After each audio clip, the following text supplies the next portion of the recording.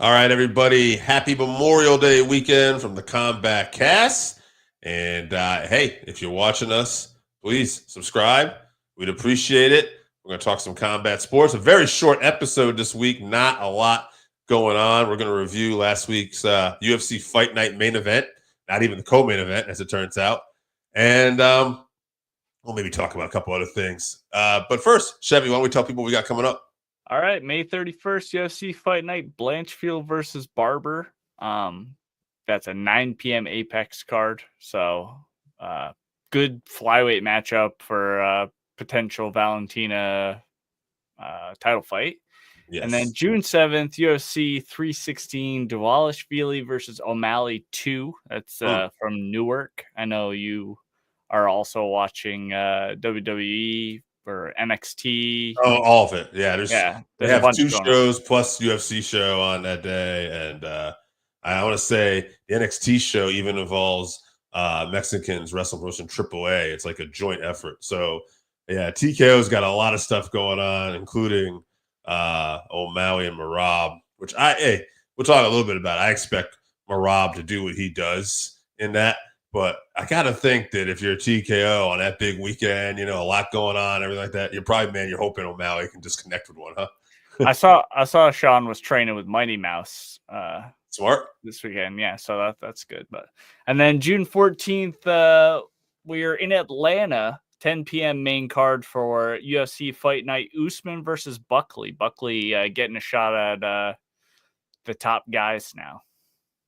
Yeah, and that's good to see too. I mean, he's definitely earned that shot there. Right, he destroyed Colby Covington in his last fight, so yeah. And look, we talk about Colby all the time, and maybe Colby's been living off name and reputation and mouth for a while, but all his last couple fights with Usman, Edwards, and stuff were competitive, and he went the distance at the very least, even with Edwards. But that was not the case, right? Buckley put that hurt on him, so. Impressive, yeah. Yeah. But yeah, let's talk about Around the Ring because it is a short episode. And one thing I thought would be interesting to talk about is why Jon Jones should probably be stripped of the championship. I get why he isn't. I know the money fight is Tom Aspinall and they want to do this. And maybe we wait till the end of the year to make that decision. But if you have guys like Islam Makhachev going up in weight and you want to have him vacate the title, and they did, and I get, Ilya and Charles is going to be a great fight now. We're getting that for the lightweight title. But it just doesn't seem fair. Like, in some level, you know what I mean? I can't imagine Islam just willingly. Like, I think he would have liked to at least had that title, have the option of going in. And I just thought I'd get your thoughts about all of that in general.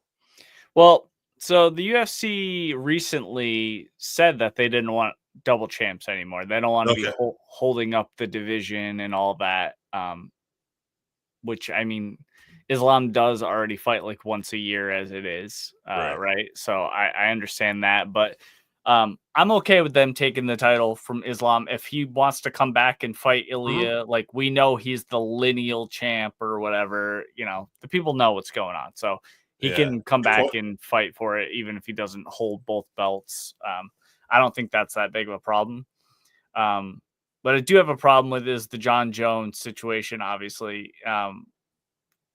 I'll be the first to admit I'm very biased. I'm not only not a fan of Jon Jones, but I strongly dislike his persona or how we see him, I guess. I don't know him personally, but from what I see on the internet and on television, I don't like the guy. But with that being said, I do think there is a strong case to strip him. He's been sitting on this title for like over 500 days or whatever now. He beat Stipe. That was a good fight, but it took forever to set that fight up after he beat Cyril Gane without taking any damage. So and before that, he took 3 years to come to the heavyweight division. So he just is taking too much time off and doing exactly what the UFC is trying to avoid with this title double champ status stripping. And he's holding up the division. He's basically ruined the heavyweight division at this point. I mean, there aren't a lot of people for Tom to fight if he was the champ anyway. So that might be the only reason they keep John holding on to the title.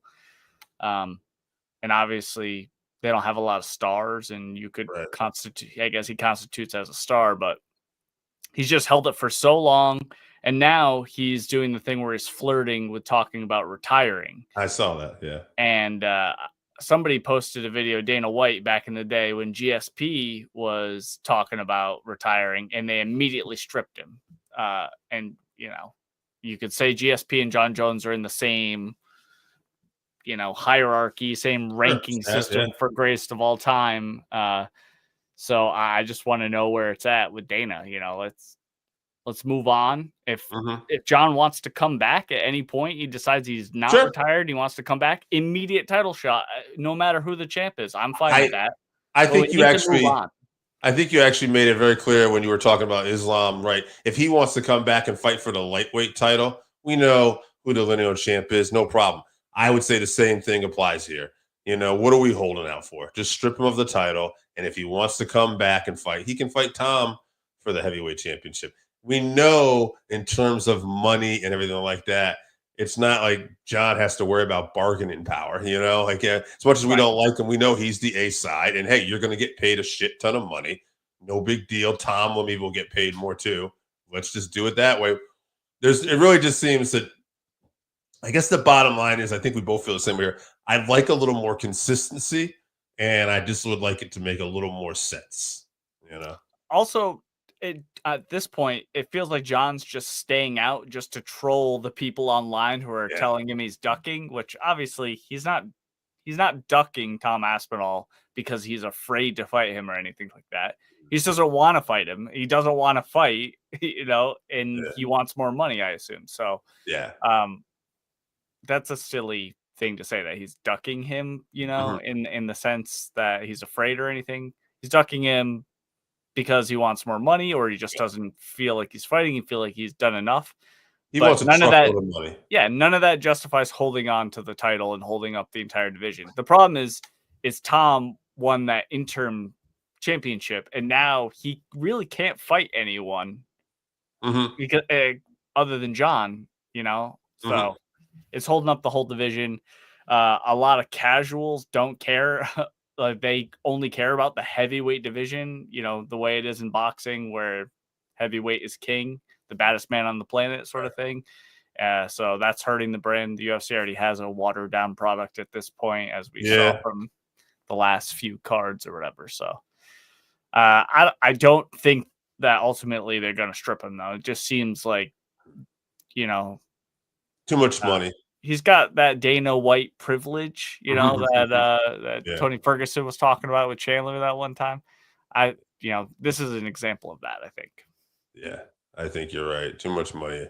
All right. Like I said, it'll be a short episode this week because there's not a lot to talk about. There was a fight night last weekend, Morales versus Burns, and there was a co-main event, but that didn't happen.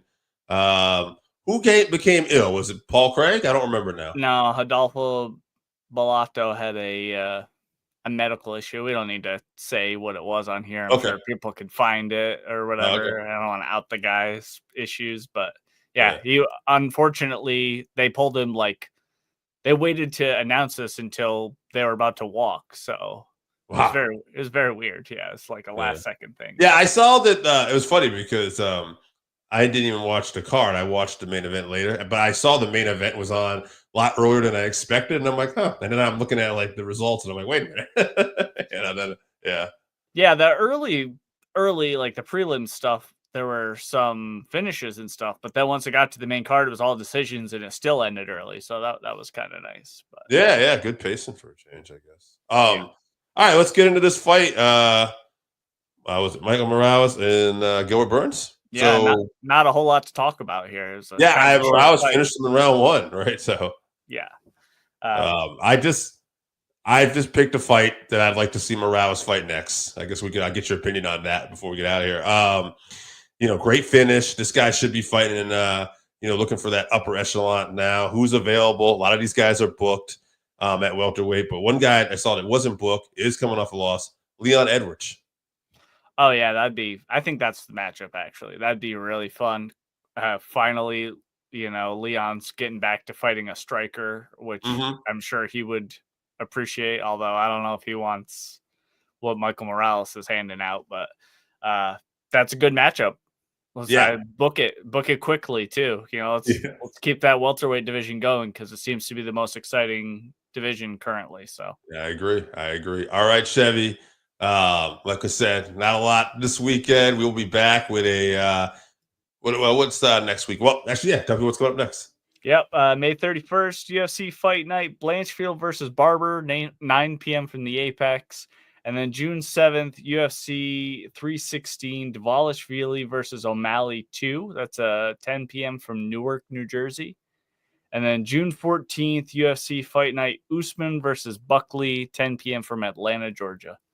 All right, guys, that's going to be it. Have a great Memorial Day weekend. Please subscribe if you get the chance. And thanks for tuning into the Combatcast. We'll see you at the fights.